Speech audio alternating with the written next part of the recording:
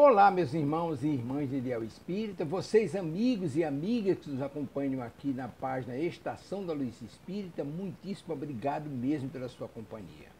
A nossa página Estação da Luz Espírita não tem fins lucrativos, o objetivo é a divulgação da doutrina espírita. E é por isso que nós reunimos aqui esta sede de matérias espíritas para que possa atender às suas necessidades, estudo, lazer, pesquisa. Você encontra aqui na nossa página Estação da Luz Espírita os livros da codificação, obras suplementares, entrevistas, palestras e os programas da Web Rádio Estação da Luz de Natal e Web Rádio Cristo Consolador de São Paulo. Ou seja, um acervo que atenda às suas necessidades, sem fins lucrativos. O objetivo é a divulgação da doutrina espírita. E agora eu convido você para nos acompanhar na reprodução de mais esse trabalho imperdível. Muito obrigado mesmo pela sua companhia e vamos juntos!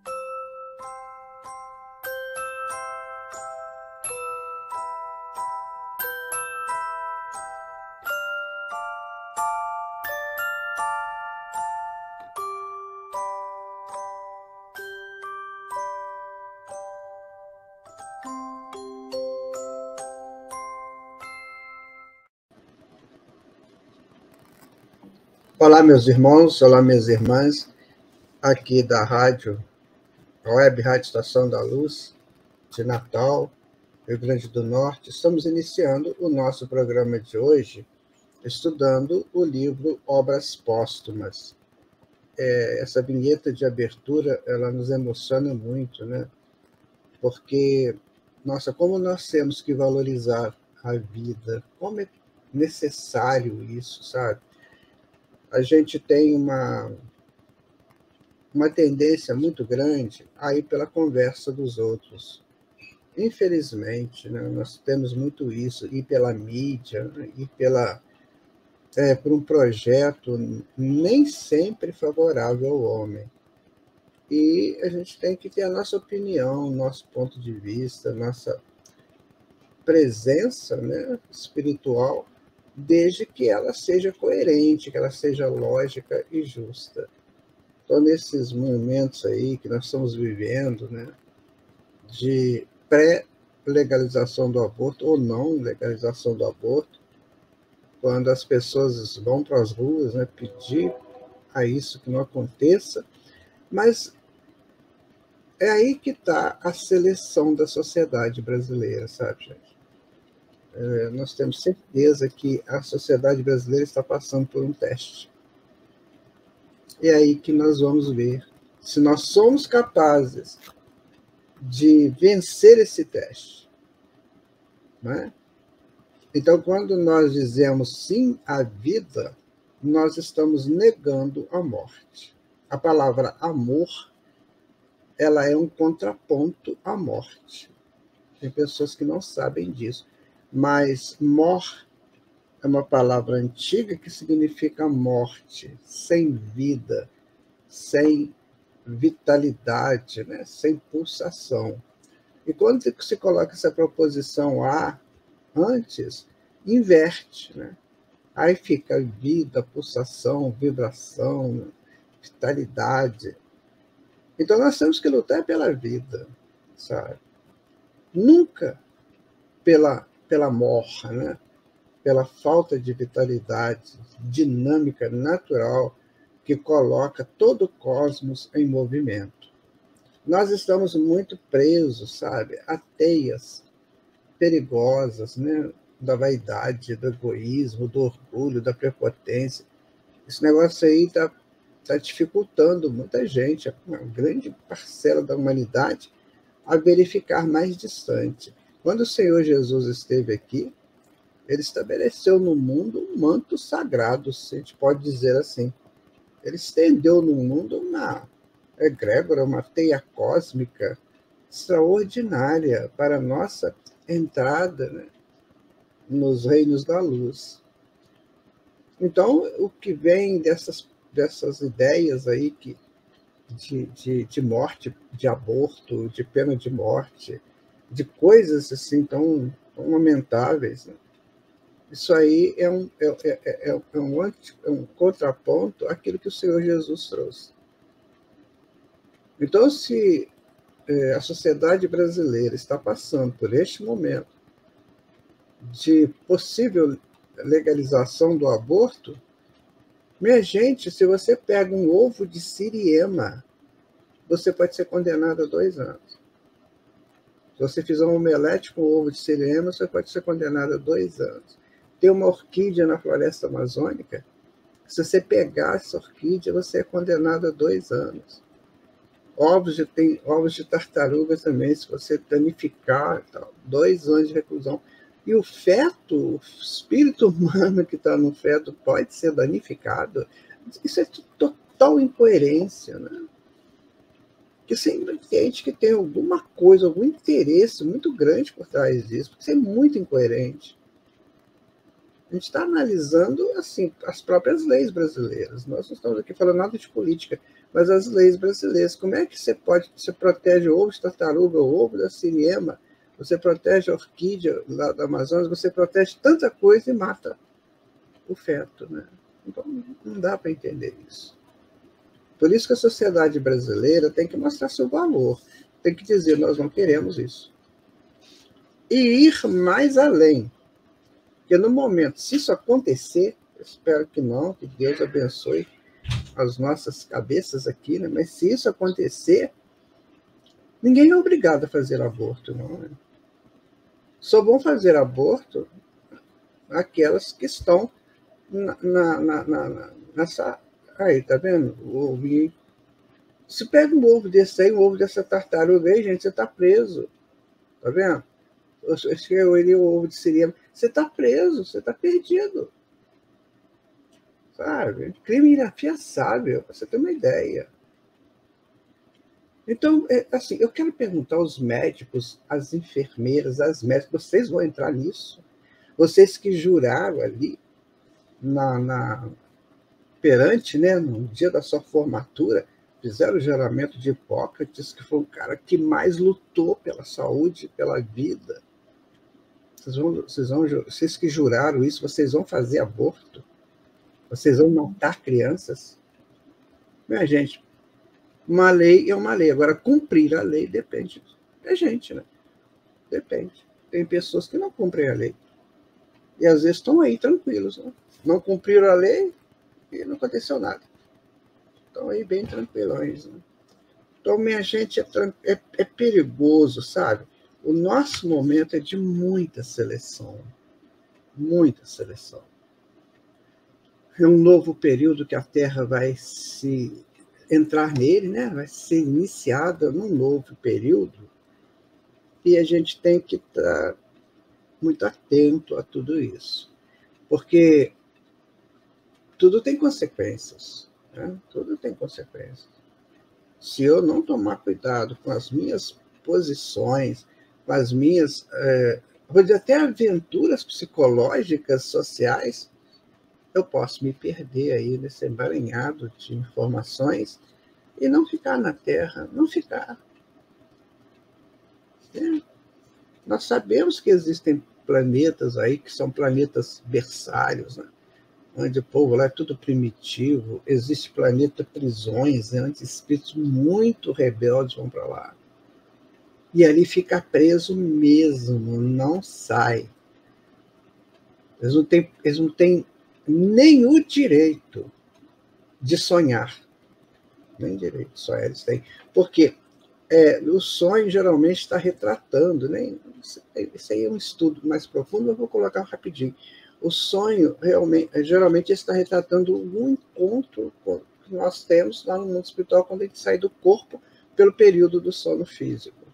Então, nós podemos fazer isso aqui na Terra. A gente sonha, a gente acorda com uma lembrança muito boa, né, de que encontrou alguém que me aconselhou, ou enfim, André Luiz relata isso na obra dele. Nesses planetas prisões, gente, nem isso é possível. Nem este sonho é possível. Por quê? Porque as pessoas não vão entender as grandes consciências que trabalham nesses planetas, então eles terão encontros entre eles mesmos. E aí, se são grupos de rebeldes se encontrando, o que vai gerar? Rebeldia. Então, eles não podem ficar lembrando disso para não alimentar cada vez mais a mente de rebeldia. Por isso que não tem sonho. Não. É horrível. A vida, o sonho é necessário, porque o sonho impulsiona o espírito para novas oportunidades. É claro que você não pode viver de sonhos, né? De ilusões. Mas sonhar, planejar, pedir, orientar-se, né? Isso tudo nós podemos e devemos fazer. Né? Porque nós atraímos aquilo que nós queremos, não é isso? Nós vamos atraindo isso. Por que a humanidade é sofredora? Porque ela atrai o sofrimento o tempo todo. Gente, vou dar um exemplo para vocês. Vocês assistem televisão? Noticiários de televisão, vocês assistem isso? Porque o problema da televisão é que, além da informação ser dantesca, que eles adoram colocar informações negativas o tempo todo, ainda vem com imagens que confundem as suas imagens pessoais do inconsciente. Então, você tem uma imagem, por exemplo, você vai reencarnar, né? Você tem uma série de imagens que são ativadas do seu inconsciente para que você possa emparelhar-se com o novo tempo, com novas propostas. Então, essas imagens de gente morta, sangue, ataques, sabe? Essas coisas que a televisão mostra com galhardia, né? Isso confunde as imagens nossas. E a gente acaba ficando preso a essas imagens do sofrimento, imagens da maldade, imagens de que o mundo não tem solução. Mas preciso tomar cuidado, sabe? Nós estamos em uma fase assim absolutamente pessoal, né? Nós não podemos ficar falando para o outro fazer, mas eu tenho que fazer. Sabe? Então, o projeto de legalização do aborto no Brasil é uma das coisas mais dantescas que essa pátria está vivendo. E, ao mesmo tempo, uma das grandes oportunidades de eu dizer quem eu sou para Deus. Então, a hora que eu falo assim, Pai, eu sou assim. Essa é a minha vontade. Não é? Então, eu preciso saber. O Allan Kardec ele fala uma coisa, um dos livros, eu não me lembro qual livro que é, mas ele fala assim, que o mal tem que aparecer, crescer, tomar forma, para que ele seja visto e combatido. Ora, é o que está acontecendo. O mal está chegando aí, tá? Né? Nesse quesito, né? Do aborto. Então, eu fico pensando nessas pessoas que vibram, que lutam que querem a legalização do aborto, por que eles não pensam? Porque dá a impressão que eles não gostam da vida, né? Porque eles queriam ser abortados pelos seus pais, pela sua mãe. Se ele está vivo, está aqui, está encarnada, e fala, e aplaude a legalização do aborto, então ele tinha vontade de ser abortado. E não foi, né? Você vê, é muita incoerência, né? Uma incoerência atrás de outra incoerência, que no fundo, o que isso vai gerar? Ou um avanço substancial da nossa sociedade, ou então uma entrega definitiva aos planejamentos que as trevas realizam lá. Então é hora, sabe, gente? É hora de eu dizer para Deus, para Jesus, para mim mesmo, né, quem eu sou em tudo isso? Quem eu sou nesse contexto? Eu sou médico, sou médica, enfermeira, eu vou fazer isso e legalizar? O meu hospital que eu trabalho, ele vai criar elementos para que isso aconteça, ele vai criar possibilidades para que isso aconteça. Aí agora é de cada um também, né? Porque o médico ou a médica que aceitar isso, bom dia, Vanira, o médico ou a médica, o enfermeiro que aceitar isso, ele está contra o juramento que ele fez lá no dia da formatura. Foi bonito o dia da formatura, né? Os capelos voando, aquele negócio todo. Foi muito bonito. Emocionante, né? Muitos pais choram. Eu já participei de muito culto ecumênico, falando sobre espiritismo, né, para formandos. E, nossa, eu via lá aquela festa, muito choro dos pais, muita alegria, né? Aquele momento de entusiasmo, um momento de felicidade. Eu assisti uma formatura de medicina que os acadêmicos, os formandos, eles entraram dançando, era um lugar grande, um hall de entrada muito grande. Eles entraram ao som de uma música muito bonita, uma música de vitória, né, tal, e eles ali entrando dançando, sabe, sozinhos, cada um dançando a sua forma, a sua maneira. Eu achei aquilo sui generis, né? Muito legal. Bom dia, gente, que bom que vocês estão todos aqui. Não é isso, minha gente, vamos lá, né? Por esse motivo, né?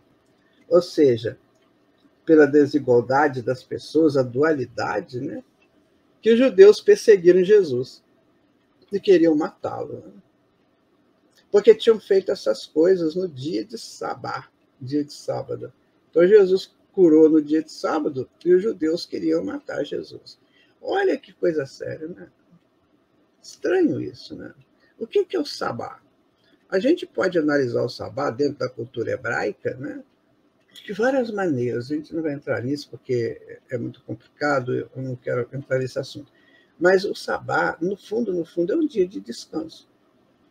É quando a proposta, né, divina, a proposta do mundo espiritual é o seguinte: você tem o direito ao descanso, do lazer, né, isso tudo faz parte do seu próprio trabalho. Então, você tem que ter um dia de trabalho. Então, foi estabelecido esse dia, acompanhando lá os ditos, né, na Gênesis, que Deus descansou, né? Também, no 7º dia. Então, quer dizer, você trabalha e você descansa. Então, o sabá é muito isso. É o dia do descanso. Sabe? E aí, o que acontece? Eles confundiam dia do descanso com dia comum geral da fraternidade. Então, eles achavam que no dia do descanso eu não podia nem ser fraterno, que se alguém estivesse morrendo, você tinha que deixar morrer. Você vê como é que o entupimento mental, às vezes, chega a esse nível? Então, não podia. Se estava morrendo, aí Jesus perguntou, mas e essa vaca caiu lá no vale, né? Claro, você vai perder um valor, né? Então, Jesus pegou exatamente ali, naquele ponto que dizia interesse deles. Então, você vê, às vezes a gente lê uma coisa, e é muito comum isso, a gente vê pessoas lendo uma coisa na Bíblia, por exemplo, interpretando completamente diferente. Um dia desses, né, me mandaram aqui um vídeo de um senhor que estava dando uma palestra. Aliás, desculpe, não foi um vídeo, sim, não foi ao vivo. Ele mandou o vídeo que estava dando uma palestra. E esse senhor, esse palestrante, que se diz espírita, ele é partidário daquela ideia que diz por aí que não existe colônias espirituais, que isso é uma criação mental do André Luiz. Então eu já sabia disso, já até confrontei a pessoa que prega isso, né? Numa reunião que eu estava, ele também estava, e um rapaz chorando e pedindo encarecidamente a ele que não falasse isso. Né? Tinha um jovem lá, um senhor, né, já casado e tudo, pedindo encarecidamente que isso é o conforto, é o consolo que nós temos, é saber se eu sair daqui, por exemplo, doente ou muito sadio, então, que eu tenho um lugar para ficar, eu não vou ficar vagando que nem alma penada. E tem pessoas que insistem em dizer isso, que isso é criação mental do André Luiz. E aí, esse senhor, então, estava defendendo a não existência de colônias espirituais.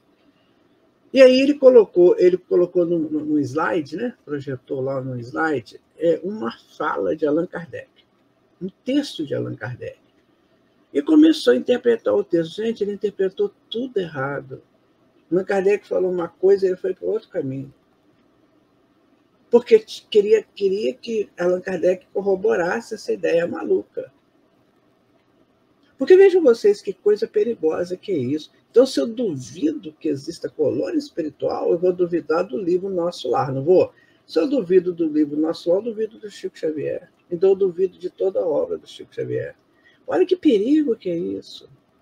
E aí, um amigo meu tem 2 filhas, e uma das filhas foi até a pessoa que prega isso. Não esse senhor que está fazendo palestra, a pessoa que é o chefe dessa ideia.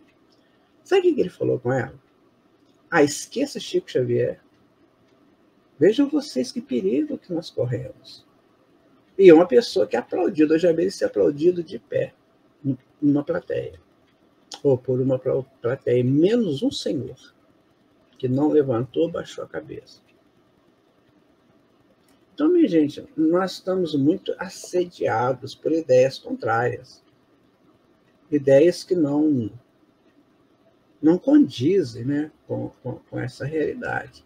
Então, esse negócio de ler lá na Bíblia, né, que não pode trabalhar no dia de sábado, e os judeus não fazem isso, eles aqui no Brasil, pelo que eu sei, se eles são lojistas, se eles são fazer prova de Enem, por exemplo, eles não fazem de jeito nenhum no sábado de manhã. Eu trabalhei com isso muitos anos, durante décadas, aplicando provas, né? Então, eles não fazem, a gente tinha que arrumar uma situação. Por exemplo, eles entravam lá para o lugar, né, que eles vão fazer a prova, ficavam lá completamente reclusos durante o sábado todo, porque a prova sábado e domingo, eles ficavam lá o sábado todinho, só podiam começar a fazer prova quando anoitecesse.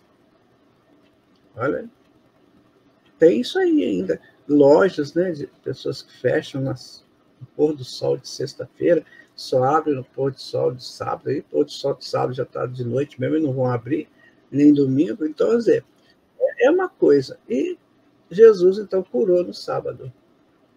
Porque uma pessoa chegou para ele precisando, ele curou. E aí queriam matar Jesus, que estava infringindo a lei. A lei que eles não entendem, que eles não estavam entendendo.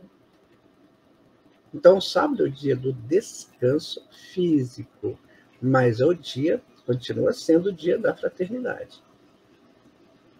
Então, você vê como é que Jesus teve que enfrentar coisas tão primárias, conceitos tão primários quanto este. Né? Então, ele fala assim, olha, o meu pai trabalha até agora e eu também. Você pensou se Deus parasse no 7º dia? Que 7º dia seria esse? O 7º dia da eternidade? Você não sabe, né? Então, a gente tem que entender uma coisa. Lá no livro dos Espíritos, nas leis morais, tem a lei do trabalho, né? Então, fala que o limite do trabalho é o repouso. Quando você chega no momento que você já não está mais aguentando, aí você dá uma repousada. Então, estabelece esses horários, né, para que você tenha o repouso. Mas, quando a pessoa sai do trabalho, geralmente ele vai fazer outra coisa, né? e vai se repousar para mais tarde. Então, é isso que nós temos que analisar, entender o texto, sabe? Tem que entender o texto. Por isso que o Espiritismo, às vezes, não entra muito na análise do Antigo Testamento, se bem que ele é muito bom. Tem coisas magníficas lá no Antigo Testamento, nossa, tem. O que a gente tem que tomar cuidado são naqueles livros que falam sobre o comportamento daquelas pessoas. Porque esse comportamento, quando Moisés estabeleceu lá, isso já tem aí quase 4.000 anos. Então, os povos antigos, de 4.000 anos atrás, eles eram bastante, muito estranhos, muito rebeldes, né? Se nós hoje ainda somos, imagina lá. Então, aquilo foi estabelecido para eles, para dar para eles uma direção, né, da vida, como tinha que ser. Então, por exemplo, aqueles senhores lá que pegavam aquelas pessoas para trabalhar para eles, então diziam, você tem que deixar um dia para o repouso. Aí estabeleceram que era o dia do Senhor, lembra disso? Que o povo ia para a sinagoga, aí no dia do Senhor, cada um podia ler, né, o texto, interpretar. Era um adendo, né, ao estudo da Torá. Nos outros dias, não, só os rabinos podiam fazer, mas naquele dia podia. Então, tinha uma série de situações diferentes. As mulheres, né, as mães, se reuniam, faziam ali um almoço, alguma coisa semelhante a isso, para celebrarem juntas, né? Mas a fraternidade continua. Então, se a mulher fizer um parto no dia de sábado, como é que faz? A mulher chega lá no hospital, meu Deus, né, naquelas contrações, né, quase de última hora, aí o pessoal lá do hospital fala, hoje a gente não faz parto não, porque hoje é sábado, ou é o dia de sabá, a gente não vai fazer parto hoje. Vocês já pensaram isso, gente? Então, isso, sabe, às vezes eu leio aqui, tem muitas obras que eu leio, que as pessoas, às vezes os autores dizem assim, é preciso despertar, gente. É preciso despertar pela bondade de Deus. Não sei se vocês já ouviram o áudio falando sobre o Deus de Spinoza, né? Acho que Einstein até falava, né, que o meu Deus é o Deus de Spinoza. Então tem um áudio aí rolando, é muito interessante. Se o Tavares tivesse ele aí para colocar, né? Eu tenho aqui, mas vai ficar muito ruim o som. Então, é o Deus de Spinoza, aquele Deus maravilhoso, sabe? Aquele Deus que quer que a gente aprecie toda a criação, que a gente interaja com a criação. É esse Deus, né? Então, a fraternidade não cessa no sétimo dia, não. Foi o que Jesus falou, né? Pois o Pai não julga ninguém, mas deu ao Filho todo o poder de julgar, a fim de que todos honrem o Filho como honra o Pai. Aquele que não honra o Filho, não honra o Pai que o enviou. Você vê que Jesus estava falando para um grupo de espíritos muito inexperientes, ou muito incipientes, né? Então, se nós moramos no universo, o universo é a casa projetada, né, para que nele executem-se todas as leis de Deus e que a gente aprenda a executar também. Então, nós moramos num universo que tem leis. Tem gravidade, né? Tem eletromagnetismo, tem força atômica, tem um monte de coisa. Então, se eu não me colocar como uma pessoa que quer viver isso, que quer trabalhar com isso, então eu vou ficar meio que deslocado no universo. Então Jesus falou, gente, nós temos um Pai. Vamos lá, nós temos esse Pai. Você vê que ele é um espírito extremamente consciente, né? E ele fala, se nós não honramos esse Pai, como é que vai ser? A quem nós vamos honrar? Aí vem os pregoeiros, né, daqueles, né, que adoram ficar colocando uns trecos esquisitos. Ah, mas tem Lúcifer, tem não sei quem, adora ele. Gente, Lúcifer vem de luz, né? Então é preciso ter muito cuidado. As palavras que nós falamos dia a dia, elas têm muito peso. Então eu tenho que ter consciência daquilo que eu estou falando, daquilo que eu estou aceitando como fundamento para mim. O Espiritismo, gente, ele é uma doutrina de coerência, de lógica, de justiça, de bom senso. Então não é qualquer palavra, não é qualquer dita que vai modificar a estrutura. Não. Nós temos que pensar seriamente naquilo que eu possa contribuir, né, para que o mundo seja melhor.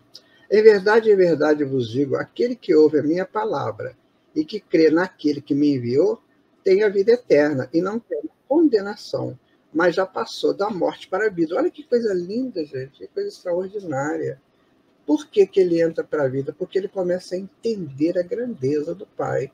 Ele vai entender que não existe morte, que ele está permanentemente em Deus.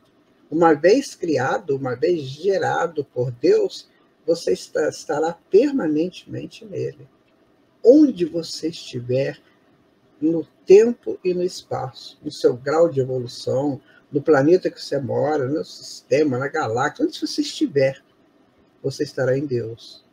É isso que Jesus está dizendo. Então, poxa, né? Se você não acredita, não crê, lá no Deus de Spinoza, é como se Deus falasse assim: eu não quero que você acredite em mim, eu quero que você me tenha. Nossa, é muito bonito, gente. É uma coisa maravilhosa, sabe? Que nós temos que pensar seriamente, né? O que eu estou fazendo nisso tudo? Qual é a minha posição, né? Qual é a minha referência, né? Em tudo isso. Né? Quando eu acordo pela manhã, qual é a minha referência do dia? Eu vou deixar a coisa acontecer ou eu vou fazer acontecer? Né? Tem um verso de uma música que foi extremamente condenada aí na época, né? Quem sabe faz a hora, mas espera acontecer. Eu não sei qual foi o motivo do autor dessa frase, o que ele queria fazer acontecer. Então, eu não vou aqui advogar a causa de ninguém. Mas que a frase é linda, é. O verso é maravilhoso. Quem sabe faz a hora, mas espera acontecer. Então, será que eu estou esperando acontecer ou eu estou fazendo que aconteça? Porque o pessoal do mal, gente, eles são impressionantes. Eles fazem acontecer. Eles fazem acontecer. Por isso que o Luther King falava, o problema não é o mal, o problema é a passividade dos bons. Então, o do bem, né, ou vai fazer acontecer ou ele vai esperar? Então, aqui no Espiritismo, nós estamos estudando todas essas informações. Eu faço isso acontecer dentro de mim ou eu só acho bonito fora de mim, no grupo de estudo, que eu faço parte? Será que eu vou fazer isso acontecer mesmo dentro de mim? Essa reestruturação que eu preciso? Segundo a gente lê, né? A gente sempre pega alguns livros aí bem interessantes, e aí eles dizem que o homem do futuro ele vai fazer acontecer o tempo todo nele. Eu quero isso, pronto, é isso que eu vou buscar. Eu não fico à mercê dos volteios das circunstâncias, porque pode vir uma hora que me pega, uma onda dessa me traga, me leva, se eu ficar à mercê disso. Né? Eu preciso de saber o que eu estou.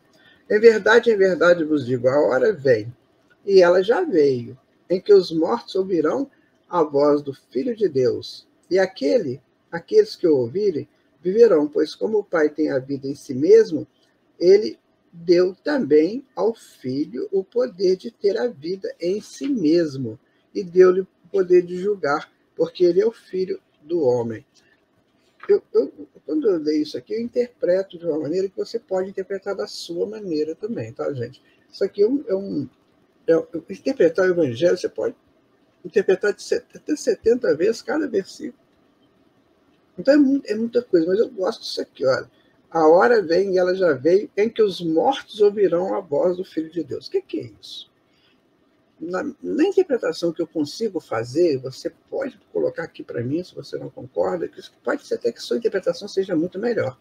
Mas eu vejo isso como se Jesus dissesse assim, naquele tempo, né, ou nesse tempo que nós estamos vivendo, os espíritos desencarnados, que já ouvem a voz do Pai, virão para cá para fazer acontecer aqui a vontade de Deus. Eu interpreto mais ou menos assim. Né? Porque esses espíritos desencarnados, muitos, né, uma grande parcela está longe dessas ilusões terrenas. E como o mundo precisa ser varrido dessas ilusões perniciosas, né? Como eu estava falando antes, o sonho, sim, o sonho é bom, mas a ilusão não. Então esses espíritos virão tirar essa ilusão da Terra. Por quê? Eles já estão ouvindo a voz de Deus que está dentro do coração deles. Lá no texto de Spinoza, Deus fala assim, não me procure fora, não me procure fora, me procure dentro de você. Então, quer dizer, Deus está dentro de cada um de nós. Então, essas pessoas ouvem essa voz e chegam, encarnam aqui, gente, e continuam ouvindo. Aí ninguém vai tirá-los do seu roteiro. Ninguém. Vejam que a gente está num momento crucial da nossa evolução. É muito decisivo, tá? Entre as bênçãos da reencarnação tem 5 E's, né? Encapsulamento no corpo físico, esquecimento do passado, encaminhamentos, encontros e entroncamentos. O problema maior está nos entroncamentos. Porque às vezes a gente está emparelhando uma coisa e tem um entroncamento. E a gente erra. A gente vai no caminho errado. Sabe? Então a gente tem que estar muito atento. Muito atento. Porque o esquecimento do passado, gente, ele é um esquecimento de uma área mais ampla. Mas aquilo que nós precisamos vem contido na nossa encarnação, na nossa psique. Estejam certos disso. O que nós precisamos, a gente não esquece, não. Está em estado latente e impulsionando a gente. Você não vê criança aí falando que quer ser isso, ser aquilo, quando ficarem adultos? Isso já são as lembranças que são liberadas para ele. Você vê, por exemplo, pessoas, né, meninos e meninas, que, sei lá, com 6, 7 anos, são virtuosos já em música, ou estão ligados à música, ligados ao estudo de... Tem muita criança que gosta muito de estudar insetos, né, biologia. Enfim, mas aquilo que é preciso a gente saber, lembrar, isso a gente não esquece, não. Eu vou esquecer se eu morei com quem era membro da minha família no passado, né? O que eu fiz lá que complicou, mas o que eu preciso para resolver vem. Está tudo no estado latente, né? Está tudo embrulhadinho lá, no inconsciente, para ser aberto ao tempo certo. Então, esses espíritos aí, que já estão mais amadurecidos, que estão no mundo espiritual, eles eles virão para modificar o nosso planeta. Allan Kardec fala isso no livro A Gênese, no capítulo 18. Né? Todo mundo tem uma ideia de que vão ter terremotos, maremotos, furacões, vulcões, esses abalos todos. Mas ele fala que não, que vai ser pela modificação dos espíritos. Aqueles que poderão continuar. Porque também a Terra, não vou dizer que ela é expulsa, né? Mas a Terra não é mais ninho para espírito atrasado. Não é mais ninho. Esses espíritos muito atrasados que ainda estão aqui, eles vivem meio que alucinados, vocês já viram? Meio fora de órbita, né? Você vê esses bares que tem por aí, essas raves, né? Você vai lá para você ver.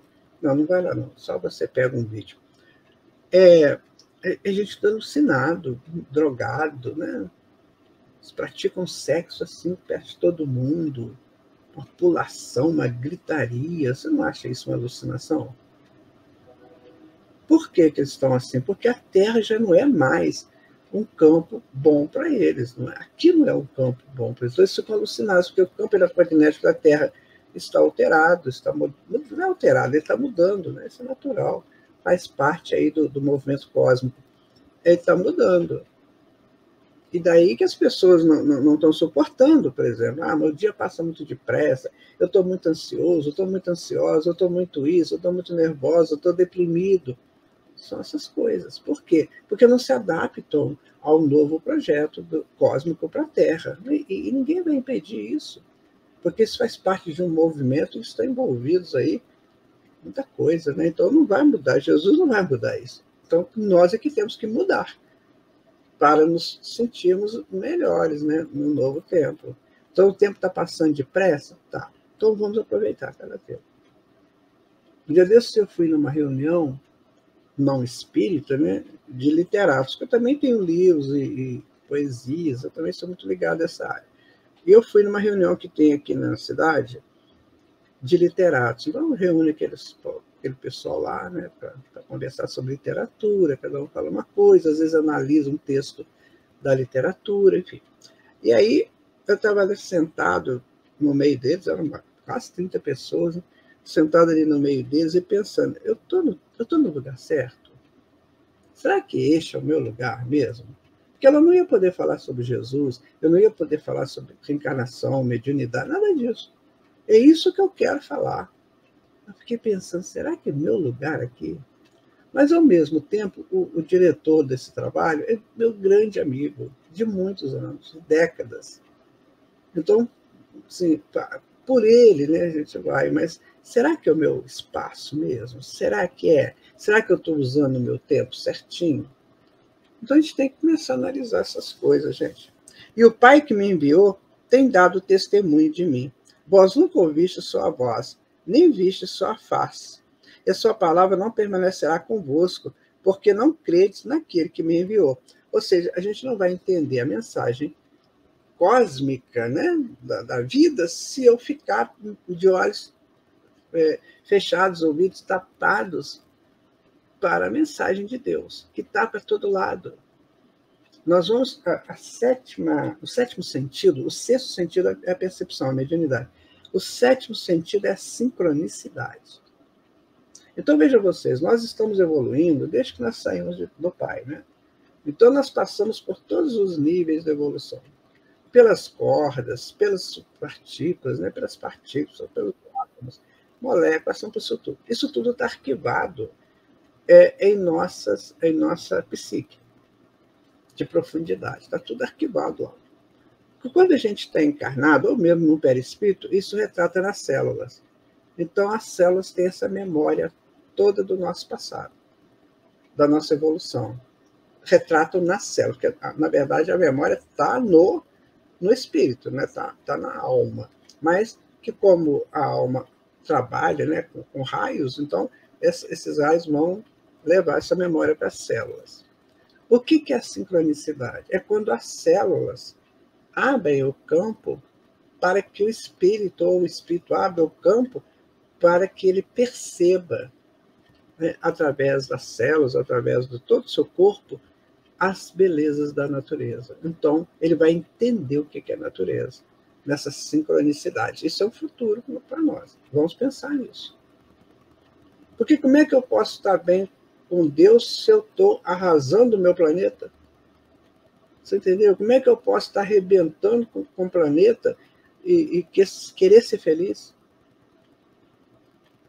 Eu estou devastando florestas, vendendo lá as madeiras, e eu ganho meu dinheiro, eu posso estar feliz com isso? Então é preciso ter muito cuidado, gente. Nós temos que começar a avançar um pouco no nosso pensamento para a gente entender o que de fato é a vida. Tem umas perguntas aqui. Zelira, residente em Itapema, Limeira. Já fui lá em Limeira, São Paulo. Lá tem um hotel, gente, grego, que é a coisa mais linda do mundo. E tendo chegado à tarde, quando já se estava pondo o sol, trouxeram-lhe todos os que se achavam enfermos e os endemoniados. E toda a cidade se juntou à porta e curou muitos que se achavam enfermos e de diversas enfermidades, e expulsou muitos demônios, porém não deixava falar os demônios porque o conhecia. Está em Marcos, né? Capítulo 1, né? Versículo 32. Ele faz a pergunta, por que não curou todos, e sim curou muitos? Vamos responder, ele faz 3 perguntas aqui, né? Por que não curou todos e sim curou muitos? Que expulsou e não conversou? Como se faz hoje nas reuniões de mediúnica? Ah, muito bom, gostei, Zé. Maravilhoso as suas perguntas. Então, vamos lá. Eu vou tentar te responder a primeira, né? Por que não curou todos e sim muitos? Pelo seguinte, Jesus não é um remendão irresponsável. Então, se a pessoa estava no processo de depuração, de saída do mal que estava na mente. Porque a enfermidade é o seguinte, a gente vai fazendo as coisas, vai fazendo. O que é bom vai para o avanço do self, né? O avanço da alma. O que é mal não vai para o avanço da alma, vai para o corpo mental, que é um corpo que nós temos, é o 4º corpo áurico. Então vai para o corpo mental, fica lá. E vai criando o quê? Tipo um sistema, vai coagulando, né, de energias. E esse sistema ele vai aumentando à medida que eu vou repetindo aquilo que eu estou fazendo que não é bom. Então, chega uma hora que a própria mente, o pulsar do self, né, da alma, expulsa aquilo lá da mente. Aí sai da mente, vai para o perispírito, e se o perispírito não resolver, aí vem para o corpo físico. Então, aí vem a enfermidade física. Mas tem muita gente doente do perispírito, tá? Então, vem a enfermidade física. E aí, vamos imaginar, se aquela enfermidade física já absorveu todo o conteúdo energético negativo que estava lá no corpo mental, então agora já resolveu? Já. Ou então falta só um pouquinho? Então Jesus tirava aquilo que restava através dos fluidos, né? Ele removia aquele mal que já estava removido do corpo mental. Aí sim a pessoa saía curada. Mas ele falava, não peques de novo, para que você não volte a cometer pior para você, porque a raiz daquele mal ficou lá. Então agora tem que acabar com a raiz. Não vai ser uma coisa agressiva, mas tem que ser paciente, tolerante, né? E tinha pessoas, sabe, Zé, que ainda não estava nesse ponto, que ainda precisava desse dreno. Então, por isso que ele curou muitos, e não a todos. Aquelas outras pessoas que estavam no dreno, ele dava tipo um paliativo, né? uma dose de paciência, de conforto, para suportar. Por isso que ele curou uns e não curou outros. Porque se ele fizesse isso, ele estava derrogando a lei, né? Então ele estava ajudando quem não merecia, porque aquela pessoa que ainda não tinha condições de ser totalmente curado, é porque ainda tinha muita coisa para sair do corpo mental. A casa ainda não estava limpa, sabe, Zé? Então a casa estava limpa. Então, no finalzinho, Jesus pegava a casa, limpou, ele olhava lá na mente, né? Está limpa a casa? Tá. Só está esse resquício aqui? Tá. Essa pessoa precisa continuar vivendo, né? Precisa continuar aqui como encarnado, então vamos tirar isso aqui. E ele se liberta dessas energias. Mas aconselhava, não faça de novo, porque vai te acontecer o pior. Agora, aquele que Jesus olhava e via que ainda está lá, saindo da mente, naqueles complexos, aí ele tinha que deixar sair, senão estaria prejudicando a pessoa, sabe, Zé? Se ele fizesse isso. Foi claro para você? O termo foi colocado errado de jeito nenhum, certinho. Hoje a gente estuda. Eu dou seminários sobre isso, sabe? Sábado agora eu vou dar um seminário sobre isso também. Então a gente mostra, explica, né, com detalhes, põe slides, vai explicando como é que esse projeto, que esse processo acontece. Vou te dar um exemplo do câncer. O câncer é uma doença muito invasiva, né? Que ela tem origem no campo mental, no corpo mental. E aí a pessoa, então, entra naquele processo cancerígeno. Se, quando chegar no corpo físico, né, o corpo conseguir absorver aquilo, as células voltarem a funcionar normalmente, ele não vai desencarnar, ele vai continuar vivo. Ele só vai desencarnar se o processo, o corpo não suportou a força daquela ação, daquele dreno. E aí o que vai acontecer? O sujeito desencarna, mas ele vai com a mente livre daquilo. Então aí que está a vantagem. Né? Agora, se ele conseguir, no corpo físico, eu conheço muita gente curada de câncer, né? Porque o corpo suportou, né? Com os tratamentos que existem hoje. Então o corpo suportou aquilo e o corpo, as células voltaram a funcionar normalmente, né? Que as células são comandadas pelo espírito, não é isso? Então o espírito aí perdeu, já não está mais naquela perturbação da saída desses coágulos, né, desses coágulos energéticos, aí ele de novo comanda a célula e a pessoa permanece encarnada, às vezes por muito mais tempo. Assim que funciona, sabe, meu amigo? Então o termo não está errado. E Jesus não ia poder fazer, não ia fazer isso, senão ele estaria prejudicando ou recuperando. Né? Então você vê, às vezes tem uma pessoa muito rebelde, que fez muita coisa errada na sociedade, e está recluso. Está precisando de meditar, está precisando de resolver, mas ele guarda ainda muitos resquícios da rebeldia. Se ele sair dali, vai fazer de novo. Então, alguém vai libertar? Né? Aí, se não cumpriu ainda o tempo, é um perigo colocar aquela pessoa de volta na sociedade, porque ele vai fazer de novo, vai se prejudicar de novo. Então, é melhor ficar ali recluso. Assim também na enfermidade. São coisas que nós precisamos falar. Ontem eu terminei uma palestra de tarde, sento aqui em Juiz de Fora, 2 horas da tarde, lotado de gente, um calor bendito, né? Não tem ar-condicionado, é só ventilador, mas o povo ali, muita gente. Então, quando terminou, uma senhora me procurou e falou comigo assim, eu estou enferma, o que eu faço? Aí contei isso para ela. Ela ficou me olhando, mas é assim? Eu falei, é assim. Só agradeça a Deus pela sua enfermidade, que Ele está te limpando o corpo mental. Outra pergunta, né? Acho que é dele mesmo. Né? Que os demônios, os espíritos imperfeitos, pergunta 100 do Livro dos Espíritos, o conhecia e não os outros encarnados e desencarnados. Não sabia quem era Jesus. Esse negócio de demônio, isso é uma coisa muito séria, sabe? Porque demônio, a gente não pode pensar em um espírito mau, um espírito, né, que vai perturbar os outros eternamente. Nada disso. Isso aí é uma palavra que pouca gente sabe a origem dela, o que ela representa, né, dentro do vocabulário.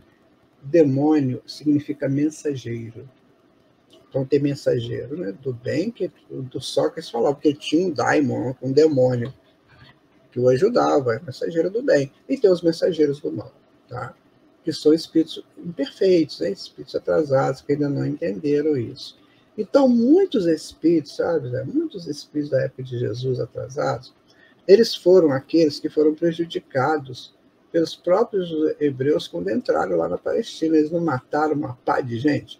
Os filisteus que estavam lá, né? Outros povos que estavam lá, para eles se estabelecerem. Não foi assim bonitinho, dá licença que eu estou chegando, não foi isso não. Né? Teve até a traição de uma mulher lá de Jericó, né, que abriu os portões para os hebreus, uma confusão danada. Coisa séria. Então esses espíritos, muitos deles estavam rebelados, estavam muito chateados, e olha, que quando Jesus veio, já tinha 1.300 anos, mais ou menos, né, que os hebreus entraram lá. Eles estavam presos naquela revolta, sabe? De terem sido mortos, assassinados, né? Aquela coisa toda. Então, mas eles conheciam, eram espíritos inteligentes porque eram exilados, sabiam muita coisa sobre o Cristo planetário, sabiam tudo isso.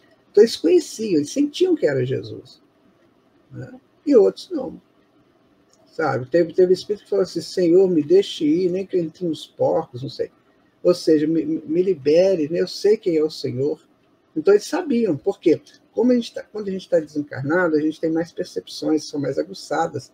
Então eles sabiam quem era Jesus. E muitos encarnados até hoje não sabem. Né? Agora, tem muito desencarnado hoje aí, que estava naquela época, ou que é rebelde, chega lá no mundo espiritual e sabe direitinho quem é Jesus. E tem aqueles que se curvam para melhorar, e tem aqueles que se rebelam ainda mais contra o Senhor Jesus. Por quê? Porque ele é o juiz, como ele fala, né? Eu sou o juiz. Eu posso julgar você, eu posso te dar o que você precisa. Eu tenho esse direito sobre você. Por isso que a gente tem que entender quando Jesus fala, eu julgo. Não, eu tenho o direito que me foi dado por Deus para estabelecer um critério para a tua evolução. Então, nessa encarnação, você vai nascer assim, assim, assado. Eu posso fazer isso, porque Deus me deu esse direito. Por quê? Porque eu estou fraternalmente tentando te ajudar. Então, aqueles espíritos sabiam, alguns, né, não todos, quem era Jesus. Então, eles conversavam com Jesus. Deixa a gente ir. Sabe? Senhor, por que que... Tem um até que fala, eu sei quem é o Senhor. Porque eram espíritos muito rebelados, muito sérios nessa situação. Então, Jesus foi um ponto de uma estrutura, vamos dizer, uma estrutura espiritual de extrema justiça e lógica. O que era justo, ele fazia.